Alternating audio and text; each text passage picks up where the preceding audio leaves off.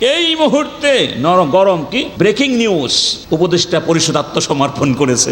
5 আগস্টের পর থেকে ফেসবুক খোলাই যায় না। 100টা খবরের মধ্যে 99টা মিথ্যা কথা। মানে ফেসিবাদী শক্তির পরাজয়ের পরে এখন তারা সবাই ফেসবুকের যোদ্ধা। আগে ছিল রাস্তাঘাটে যুদ্ধ করতো, মারামারি করতো, ঘাটাঘাটি করতো, এখন তো সেটা করতে পারে না। এখন এই 16 বছরে টাকা পয়সা কামাই করেছে, লুটপাট করেছে, এগুলো খায় আর বসে বসে ঘরের মধ্যে গুজব তৈরি করে। কথা মিথ্যা না সত্য? খুলে দেখুন। এই মুহূর্তে গরম কি ব্রেকিং নিউজ, উপদেষ্টা পরিষদ আত্মসমর্পণ করেছে। এইভাবে এত সুন্দর করে লেখে, মনে হয় সত্য।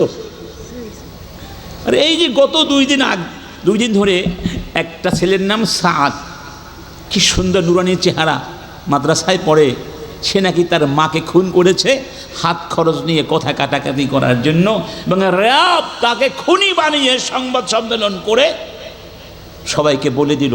আর আজকে সংবাদ আসলো যে না, সে খুন করে নাই, খুন আরেকজন করেছে বা অন্যরা করেছে।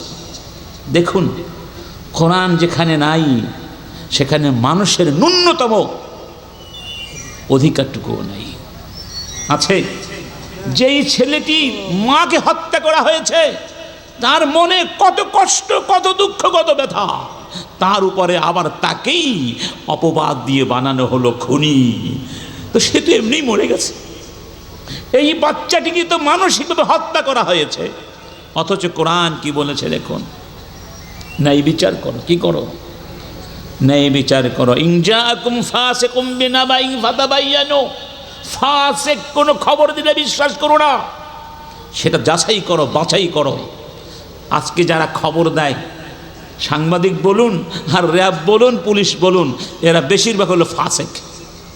বেশিরভাগ কি? যেই র্যাব এই ছেলেটিকে খুনি বানিয়েছে, কোনো প্রকার অথেন্টিক তদন্ত ছাড়া আমরা এই কোরআনের মাহফিল থেকে তাদের কঠিন শাস্তি দাবি করছি। এত সহজ নয়। একটা নাগরিকের তার যে সম্মান, ইজ্জত, যেটা মানুষের 5টি অধিকারের একটি মৌলিক অধিকার, জীবন রক্ষা, ধর্ম রক্ষা, সম্মান রক্ষা, আকল রক্ষা, পৈতৃক পরিচয় রক্ষা, এই 5টিকে বলা হয় মাকাসিদুশ শরিয়া, ইসলামের 5 অবজেক্টিভস। এই 5টির মধ্যে আঘাত করেছে, তাকে অন্যায়ভাবে খুনি সাজানো হয়েছে। অতএব তাদের শাস্তি আপনারা চান কি না?